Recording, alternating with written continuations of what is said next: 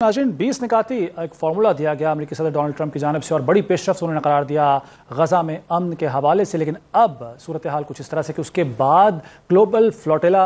पर कब्जा किया जाता है कश्तियों पर इसराइल की जानिब से, जो कि ये जाहिर करता है कि शायद इसराइल अमन के हवाले से इतना संजीदा नहीं है। उसके साथ साथ नेतन्याहू का एक बयान भी आ जाता है कि अमेरिकी सदर के जो फ़लस्तीनी रियासत पर हमने इत्तफाक नहीं किया है। हमारा मौक़िफ़ तो ये रहा है कि फ़लस्तीन एक रियासत है और 1967 से पहले वाली पोजीशन हमें चाहिए। ये खिताब करते हुए कौमी असम्बली में वज़ीर आज़म शहबाज शरीफ ने यह वाज़े भी किया। ताज़ा जो पेशरफ्त हुई है वो ये हुई है कि नायब वज़ीर आज़म और वज़ीर ख़ारजा इसहाक़ डार ने कौमी असम्बली में खिताब करते हुए कहा कि ये जो 20 निकाती फार्मूला है ये वो नहीं है जो हमसे जिस पर बात हुई थी। तो इसी पर बात कर लेते हैं। साबिक़ सफ़ारतकार जनाब जौहर सलीम साहब हमारे साथ मौजूद हैं। बहुत शुक्रिया जौहर सलीम साहब वक्त देने के लिए। सर, इस्राएली वज़ीर आज़म का जैसे कि मैंने बयान अभी बताया, आपको सुनाया, उसके साथ साथ क्या ये अमेरिकी सदर डोनाल्ड ट्रंप डबल गेम खेल रहे हैं या फिर हुकूमत पाकिस्तान को बैकफुट पर आना पड़ा है? असल सिचुएशन है क्या सर? वाज़े नहीं हो रहा।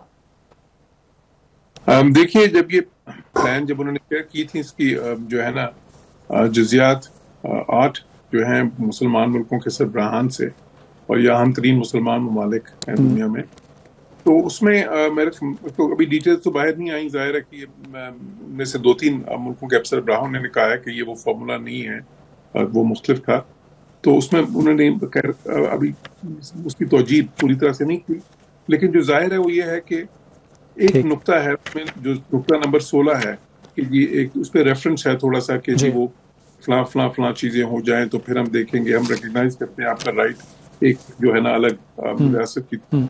लेकिन वो बहुत ही मुबहम है और कोई उसमें कोई क्लियर पाथ नहीं दिया हुआ। तो जबकि मुसलमान मुल्कों को शायद जो एश्योरेंस दी गई थी वो ये थी कि अगर ये मनसूबा जो है ये हमास इसको मान लेती है और ये बात आगे बढ़ती है तो फिर ये जो है ना एक पाथ टू स्टेटहुड, जो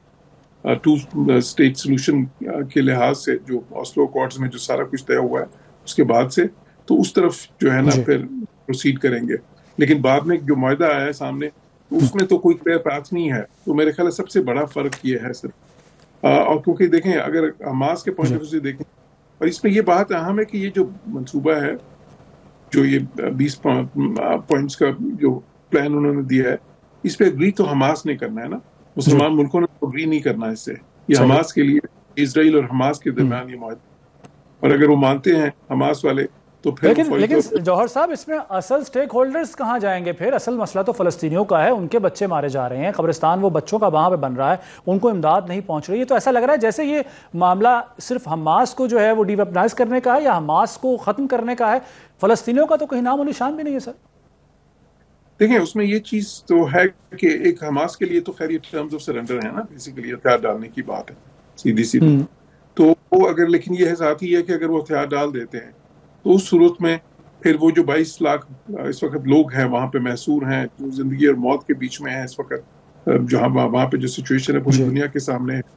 तो वो उनके लिए एक रास्ता निकल आएगा कि उनको इमदाद भी पहुंचेगी और वहां पे रिहेबिलिटेशन भी होगी, रिलीफ वर्क्स भी होंगे, रिकंस्ट्रक्शन भी होगी, वहां पे एडमिनिस्ट्रेशन भी कायम होगी, और फिर तो खैर बहुत सारे इसमें नुक्ते हैं उसमें, तो उनके लिए तो खैर उसमें रास्ता निकल रहा है। लेकिन जो रास्ता नहीं निकल रहा वो इस चीज, क्योंकि ये तो सारी टेम्पररी सोल्यूशन है ना गजा के लिए, जो रास्ता नहीं निकल रहा वो उसके लिए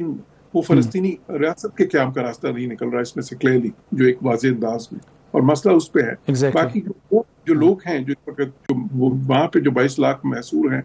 उनको तो इस प्लान से फायदा हो सकता है, मतलब उनकी तो जिंदगियां बच सकती हैं इस प्लान के बाद, क्योंकि इस प्लान काफी सारे नुक्ते जो हैं उस चीज को तो एड्रेस करते हैं। लेकिन सर, माजी में भी कई अकॉर्ड जो हैं उनको झुटला चुका है, ख़त्म कर चुका है इसराइल, और क्या इसराइल पर भरोसा किया जा सकता है? अभी ताज़ा जो मिसाल है वो ग्लोबल फ्लोटिला पर हमले की है।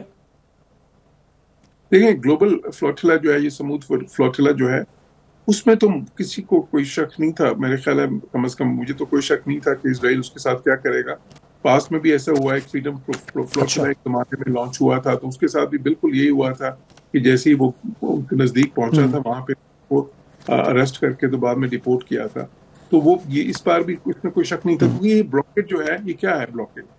ये ब्लॉकेट इसलिए है कि इजराइल जो है इस वक्त वहां पे जो फैमिली लाइक सिचुएशन है, वहां पे जो बहुत ही ज्यादा नामसाद हालात हैं, बिल्कुल बेसिक कम्युनिटीज भी नहीं है, उसको as a weapon of war के तौर पे यूज कर रहा है, बिकॉज वो उन्होंने वेपनाइज कर लिया हंगर को इस वक्त। तो वो जाहिर नहीं चाहते किसी तरह भी कोई इमदाद पहुंचे, मैक्सिमम प्रेशर पॉलिसी जो वो कह चुके हैं कि हम तो मैक्सिमम प्रेशर पॉलिसी अपनाएंगे, तो ये मैक्सिमम प्रेशर पॉलिसी का हिस्सा है उनके, तो उसमें वो जाहिर है किसी किस्म की इमदाद भी नहीं पहुंचने देंगे। वो फ्लोटिला की बजाय सबसे आसान तो वो था कि अगर इजिप्ट के थ्रू जाहिर है पूरा बॉर्डर तो लगता है वहाँ पे इमदाद वहाँ से जा सकती है, लेकिन उन्होंने बिल्कुल रास्ता बंद किया हुआ है, तो इसलिए इस चीज का कोई इम्कान नहीं था कि इस फ्लोटिला को वो कोई आगे जाने देंगे और इन लोगों को और जो इमदाद वो लेके जा रहे हैं उसको पहुंचने देंगे।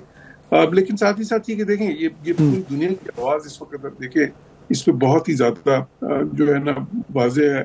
पूरी दुनिया क्या चाहती है इस वक्त। सबसे पहले तो वही चाहते हैं कि जो गजा में जो इंसानियत की तौहीन हो रही है, वो बर्बरियत जो वहाँ पे हो रही है वो खत्म हो। सबसे पहले वहाँ के जो इस वक्त 22 लाख लोग जो जिंदगी मौत की कश में है, सबसे पहले उनकी जिंदगियों को बचाया जाए और उसके बाद फिर एक रास्ता निकले वहाँ पे आजाद फलस्तीनी रियासत की, क्या जिसको दुनिया के 160 मुल्क इस वक्त तस्लीम कर चुके हैं।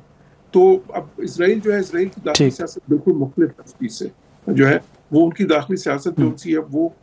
की वजह से वो इस चीज को नहीं चाहते। वो तो देखें जिस पार्टी की ऊपर उनकी हुकूमत कायम है इस वक्त, क्योंकि आपको पता है माइनॉरिटी गवर्नमेंट है उसकी, नेतन्याहू की, जिनके वोटों पे उसकी हुकूमत कायम है, वो तो चाहते हैं कि गजा पे भी कब्जा करें पूरा, वो तो चाहते हैं कि वेस्ट बैंक पे भी पूरा कब्जा करें और वहाँ पे इलीगल सेटलमेंट्स बनाएं। वो तो ये कहते हैं, वो तो कहते हैं कि यहाँ की पॉपुलेशन को भी डिस्प्लेस करें यहाँ से। तो वहाँ की दाखिली सियासत जो है वो किसी तरह भी अमन और एक जो है ना सलामती और एक मुनसिफाना हल नहीं चाहती इजराइल के अंदर की दाखिल। सर अरब ममालिक का जो रोल है वो तो जाहिर है उनको ये है कि वहाँ पर वो तामीर नौ करें, और जाहिर है अरब ममालिक के पास पैसा है और ये ज़रूरत भी इस वक्त है, समझ में आता है। पाकिस्तान का किरदार क्या हो सकता है सारे सिनेरियो में, और पाकिस्तान को अब ख़ास तौर पर जिन निकात पर हमास भी मुत्तफिक नहीं है, या खुद नायब वज़ीर आज़म ने भी खिताब करते हुए कहा कि ये वो पॉइंट्स नहीं हैं जो हमसे डिस्कस हुए थे या जिन पर बात हुई थी, अब पाकिस्तान की स्ट्रेटेजी, पाकिस्तान की हिकमत अमली क्या होनी चाहिए? देखिए पाकिस्तान का किरदार तो बिल्कुल वाज़ेह होगा ना। एक तो ये कि पाकिस्तान का जो मौक़िफ़ है, पोजीशन है, वो बहुत लॉन्ग स्टैंडिंग बहुत पोजीशन है, दहाइयों से है। वो ये है कि जी फलस्तीनियों को उनकी जो है ना उनका हक जो है, उनका हक जो है एक आज़ाद रियासत के लिए वो उनको मिलना चाहिए, और वो जो एक 2 स्टेट जो एक फार्मूला तय हुआ है उसके हिसाब से एक आज़ाद फलस्तीनी रियासत का क़याम होना चाहिए। ये हमारी वाज़ेह पोजीशन है, उससे हम बिल्कुल नहीं हिले।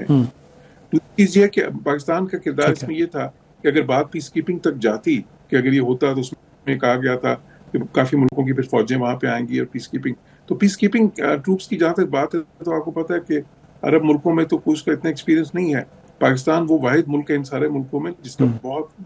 ज़्यादा वसी एक्सपीरियंस है पीस कीपिंग का यूनाइटेड नेशंस के मिशन में, बल्कि दुनिया में सबसे ज़्यादा जो है ना वो है। तो पाकिस्तान का फिर उसमें रोल वो हो सकता था एज अ पीस कीपर वहाँ पे, जाहिर है। और फिर साथ ही साथ जो है ना, क्योंकि पाकिस्तान जो मुस्लिम दुनिया का एक बहुत ही मुमताज़ मुल्क है, तो फिर वो एक उसकी जो मॉरल सपोर्ट है इस एग्रीमेंट के लिए, उसका अपना एक वेट है।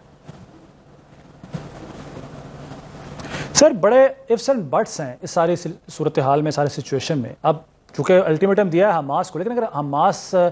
इस मुआहदे को तस्लीम नहीं करता, या हमास ये पॉइंट्स उन पर रजामंद नहीं होती, तो सर फिर क्या होगा? What if? देखिए वो व्हाट इफ तो बड़ा क्लियर है, वो तो जो है, और हमास का इस पे जो है ना इसका मानना बहुत ही मुश्किल है। बल्कि अभी मैं तो पहले ही कहते थे, देखें ये तो उनके लिए तो टर्म ऑफ सरेंडर है ना, तो वो तो हथियार डालने की बात है उनके लिए, तो उस पर वो तो नहीं आएंगे। और लगता भी यही, अभी भी उनके जो बयानात आए हैं उसमें यही लगता है कि शायद इसको नहीं मानेंगे। और तो एक धड़ा बीच में कह रहा है कि हमने वो 22 लोगों के लिए कुर्बानी दे दें, तो फिर भी उसका इम्कान कम है। अगर वो नहीं मानते हमास, तो फिर तो जाहिर है वो तो ट्रम्प कह चुके हैं, उसके बाद तो वो कह चुके हैं कि मैं तो इजराइल को कहूंगा कि फिनिश द जॉब, जिसका मतलब ये है कि लेकिन अरब ममालिक का, इस्लामी ममालिक का इन्फ्लुएंस हो सकता है, दबाव हो सकता है हमास पर, कि वो जाहिर है अगर अरब ममालिक दबाव डालेंगे तो फिर तो हमास को मजबूर होना पड़ेगा। देखिए हमास पे अरब ममालिक का कुछ दबाव हो सकता है, लेकिन ये याद रहे कि हमास जो है उसकी हमायत अरब ममालिक नहीं करते रहे, उसकी हमायत तो ईरान करता रहा। ईरान ही उनको जो है ना वो बेसिकली इस जमाने में उनको जो फंडिंग होती थी या असला या बहुत सारी चीजों में, तो वो जो है तो उस पर उस किस्म का वो नहीं है इन्फ्लुएंस। ठीक है, कतर ने उनके लीडरशिप को अपने पास रखा है और कुछ इस तरह के, और एक बाकी इस्लामी मुल्कों को भी कुछ जाहिर है वो एक रिगार्ड तो करेंगे, लेकिन उस तरह का इन्फ्लुएंस नहीं है कि वो उनको मजबूत कर सकें। ٹھیک ہے سر، آپ کا پوائنٹ آ گیا جوہر سلیم صاحب، بہت شکریہ، آپ امپورٹنٹ ایشو پر اپنا وقت دیا اور جو تجزیہ ہے وہ اپنا پیش کیا، بہت شکریہ آپ کے وقت کا۔ ناظرین، اسرائیل امن کی طرف آتا ہے یا نہیں آتا، یہ ایک بہت بڑا سوال ہے، اور حماس کو غیر مسلح کرنا یہ سب سے بڑی بنیادی شرط ہے اس سارے 20 نکاتی پلان کی جو کہ صدر ٹرمپ کی جانب سے پیش کیا گیا۔ دیکھتے ہیں آنے والے دنوں میں صورتحال کیا رخ اختیار کرتی ہے۔